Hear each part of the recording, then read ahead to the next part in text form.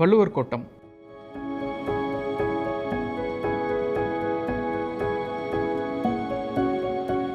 உலக பொதுமறையாம் திருக்குறளை எழுதின திருவள்ளுவருக்கு சிறப்பு செய்யும் விதமாக சென்னையில் அமைக்கப்பட்ட வள்ளுவர் கோட்டம் தமிழுக்கான ஒரு அடையாளம். 1975ஆம் ஆண்டு அப்போதைய முதல்வர் கலைஞர் மு. கருணாநிதி அவர்களால் தொடங்கப்பட்டு 1976ஆம் ஆண்டு குடியரசுத் தலைவர் பக்ருதீன் அலி அகமதுவால் திறந்து வைக்கப்பட்டது தான் வள்ளுவர் கோட்டம்.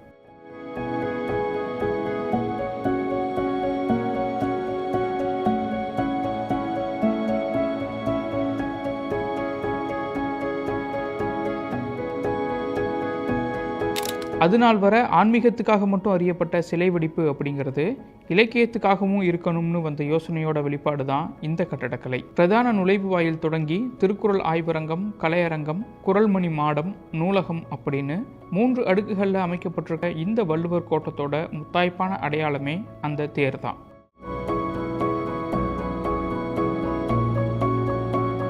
திருவாரூர் தேரோட வடிவமைப்போடு அமைக்கப்பட்டுள்ள சிற்ப வடிவிலான தேர் மொத்தம் 2700 டன் எடை கொண்ட 3000க்கும் மேற்பட்ட கிரானைட் பாறைகளை பயன்படுத்தி உருவாக்கப்பட்டிருக்கு.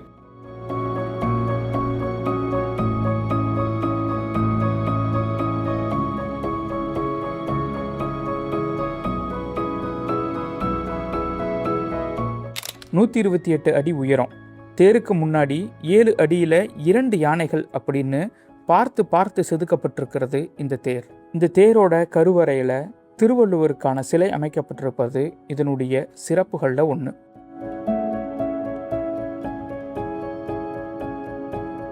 இந்த தேர் தென்னிந்திய கட்டடக்கலை நிபுணரான வி. கணபதி ஸ்தபதி தலைமையில் உருவாக்கப்பட்டிருக்கு. இந்த தேரை கட்டுமானம் செய்வதற்கான குழுவில் இருந்தவர் தான் சிற்பி கோ. வீரபாண்டியன்.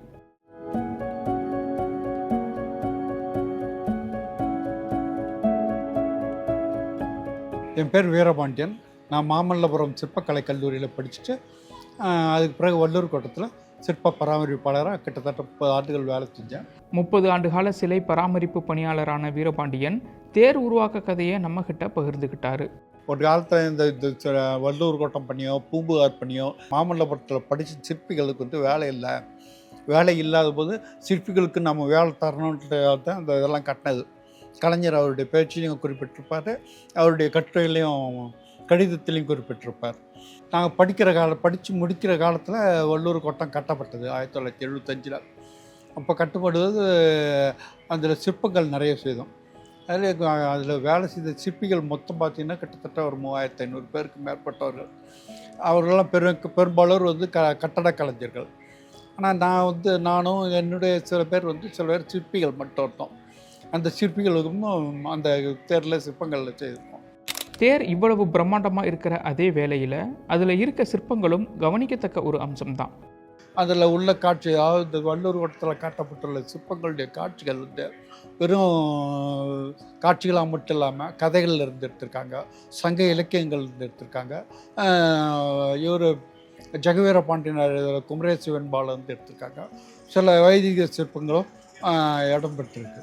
தேரில் 133 அதிகாரத்திற்கும் 133 சிற்பம் செய்யப்பட்டிருக்கு. அதாவது ஒரு அதிகாரத்திற்கு ஒரு குறள் தேர்வு செய்து அந்த குறளுக்கேற்ற காட்சியை சிற்பமாக செஞ்சுருக்காங்க. இப்போ உதாரணத்துக்கு சொல்லணும்னா, குணமென்னு கொண்டேறி நின்றார்வர்களி கணமையும் காத்தலரிது என்ற குறளுக்கு கண்ணகி மதுரை எரிச்ச காட்சியை காட்டுறாங்க. அதாவது உயர்ந்த குணத்தை படைத்தவர்களுடைய கோபத்தை ஒரு நொடி கூட நம்ம தடுத்து நிறுத்த முடியாது, அது வெளிப்பட்டே தீரும். அதுக்காக மதுரை எரித்த காட்சியை காட்டியிருக்கோம். ஆனால் அதில் அதிர்ச்சி ஏற்படுத்தக்கூடிய விஷயம் என்ன? இந்த சிற்பங்கள் அவசர காலப்பட்ட அவசரமாக செய்ததுனால அந்த சிற்பங்கள் முடிக்கப்படாமல் இருக்குது. கிட்டத்தட்ட ஒரு 45-50 விழுக்காடு முடிக்கப்படாத சிற்பங்களே அங்கே இருக்குது. வள்ளுவர் கோட்டம் ஒட்டுமொத்தமாக பார்க்கும்போது மிக பிரம்மாண்டமான ஒரு தேராக தெரியும். அதில் உள்ள சிற்பங்கள் நுணுக்கமாக பார்த்தா தான் தெரியும் அது முடியாத சிற்பங்கள் எது, முடிந்த சிற்பங்கள் எது. அதாவது அவசரமாக செய்யப்பட்டது, அவசர காலம் வேறு அவசர காலகட்டம் உருவாக்கப்பட்டுருச்சு. அதனால் என்ன பண்ணால் அவசரமாக செய்ததுனால சரி கல் ஏற்றி ஆகணும்போது பாய் செஞ்சுக்கிட்டு இருக்கும்போதே ஏற்றிடுவாங்க கல்லை. அதுக்கு பிறகு இப்போ நேருக்கு நேராக வச்சு சிற்பத்தை செதுக்கிறது ரொம்ப கஷ்டம். அதனால் அந்த வேலையை செஞ்சாங்க. இது செய்து முடிக்கிறதுக்கு முயற்சி பண்ணாங்க, முடியலை. 76 திறப்பழம் நடந்து போச்சு. இப்போ உதாரணமாக நான் வள்ளுவர் கோட்டத்துக்கு வந்தால் நான் எடுத்து காட்ட முடியும். இந்த சிற்பங்கள் இது பாருங்க, இந்த குறைபாடுகள் இருக்குது அப்படின்னு என்னால் எடுத்துக்காட்ட முடியும். ஆனால் இப்போ வள்ளுவர் கோட்டத்தில் வேலை செய்கிறவங்களால அதெல்லாம் சொல்ல முடியாது.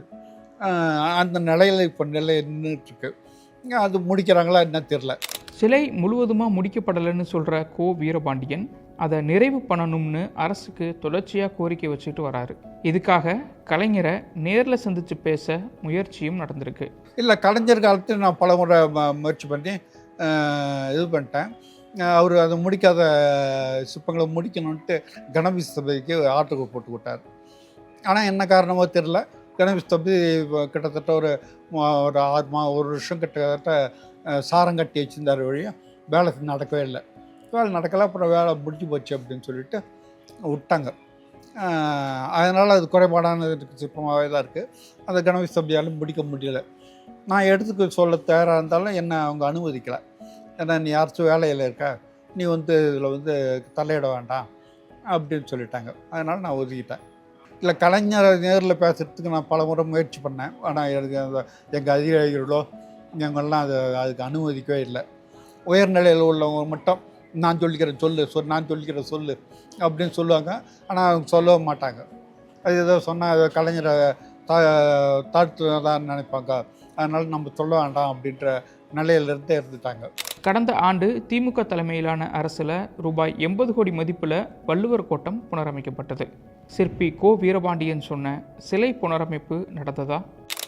கேட்டாங்க. அது சுப்ரீம் சீனியர் இன்ஜினியர்லேருந்து எல்லாருமே என்கிட்ட அந்த இது கேட்டாங்க. ஆனால் வள்ளுவர் கோட்டை பராமரிப்பு பணின்ற அளவில் சிவில்ஸ் ஒர்க்குன்னு சொல்லக்கூடிய சிமெண்ட் ஒர்க்கு அது மட்டும் வள்ளுவர் கோட்டத்தில் இப்போ புதுப்பிச்சிருக்காங்க. அது நல்லபடியாக சிறப்பான முறையில் அதை புதுப்பிச்சிருக்காங்க.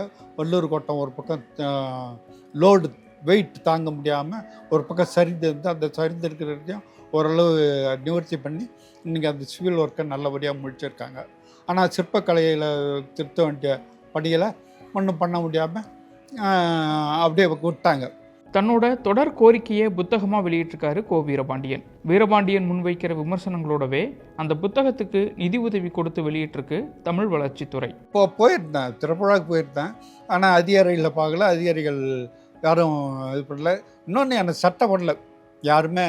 நான் சிற்ப பராமரிப்பாளர்னு ஒரு சாதாரண போஸ்ட்டு, ஒரு கிளர்க்குன்ட்டு அளவு தான் என்னுடைய போஸ்ட்டு.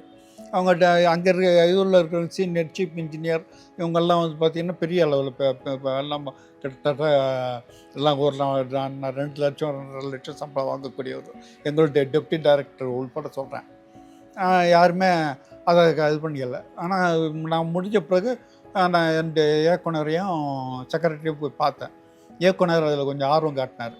சரி, இதை பற்றி ஒரு பேட்டி மாதிரி உங்கள்கிட்ட எடுக்கிறோம், அதில் சொல்லுங்கள் நீங்கன்னு சொன்னார். ஆனால் அவர் எடுக்கவும் வரவும் இல்லை. என்கிட்ட அட்ரஸ் மட்டும் நான் கொடுத்துட்டேன். அதுக்கு இப்போ செலவு பண்ணி செய்யணுன்னா இப்போ கிட்டத்தட்ட அதை செய்யக்கூடியவர்கள் பார்த்தா இன்றைக்கி உயிரோடு இருக்கிறது நான் ஒரு ஆள் தான் இருக்கேன். மற்றபடி ஒரு சிலர் உயிரோடு இருக்காங்கனால அவங்களாம் வெளியே இருக்காங்க. பல பேர் இறந்துட்டாங்க. இப்போ உயிரோடு இருக்கக்கூடிய நான் ஒரு ஆள் தான் இருக்கேன். என்னை வச்சுக்கிட்டு அந்த சிற்பத்தை செய்து முடிக்க முடியும்னு நான் நம்புகிறேன். இதை நான் செய்யணுன்னு நான் ரொம்ப ஆசைப்பட்றேன். ஆனால் அன்றைக்கி ஏற்கனவே இருந்த ஸ்டாலின் அரசும் நான் பல கடிதங்கள் எழுதியிருக்கேன், அந்த புத்தகத்தை அனுப்பியிருக்கேன். ஆனால் அவங்களும் எந்த அக்கறையும் எடுத்துக்கல. இப்போ வந்திருக்கிற அரசு இனிமேல் அக்கறை எடுக்குமான்னு தெரியல. ஆனால் இப்போ அரசு வேலைகள் எதுவும் பெருசாக ஒன்றும் சிற்ப வேலைகள் நடக்கிறதில்ல. அதனால் சிற்பிகள் பறந்து ஓட்ட பல்வேறு துறைகளில் போயிட்டாங்க. சிற்பிகளுக்கு ஒரு மாமல்லபுரம் மட்டும்தான் கதின்னு வேறு இருக்குது. அந்த இடத்துல இருந்துட்டு சில பேர் செஞ்சுக்கிட்டு இருக்காங்க. இந்த அரசு முயற்சி எடுத்து அந்த சிற்பங்களை முடிக்கிறது என்ன நான் உயிரோடு இருக்கிற காலத்திலே செஞ்சோம்னா ஓரளவு என்னால் இந்த காட்சிகளில் விவரித்து சொல்ல முடியும். அங்கே சிற்பிகளை வச்சு வேலை வாங்கும்போது அவங்கள வச்சு பண்ண முடியும். ஒருவேளை ஸ்டாலின் அரசு இருக்கும் பொழுது அந்த முன்னாடி உள்ள அரங்கம் இதெல்லாம் சீர் செம்மைப்படுத்தின மாதிரி இதை செம்மைப்படுத்துறதுன்ட்டு இந்த அரசு எடுத்தாங்கன்னா சிறப்பாக இருக்கும். அதுக்கு என்னால் முழு ஒத்துழைப்பும் தர முடியும். அடுத்த தலைமுறைக்கு தமிழோட பெருமையான வள்ளுவத்தின் அடையாளமான வள்ளுவர் கோட்டத்தை குறைபாட்டோடு கொடுக்க போகிறோமாங்கிறத அரசு தான் முடிவு பண்ணணும்.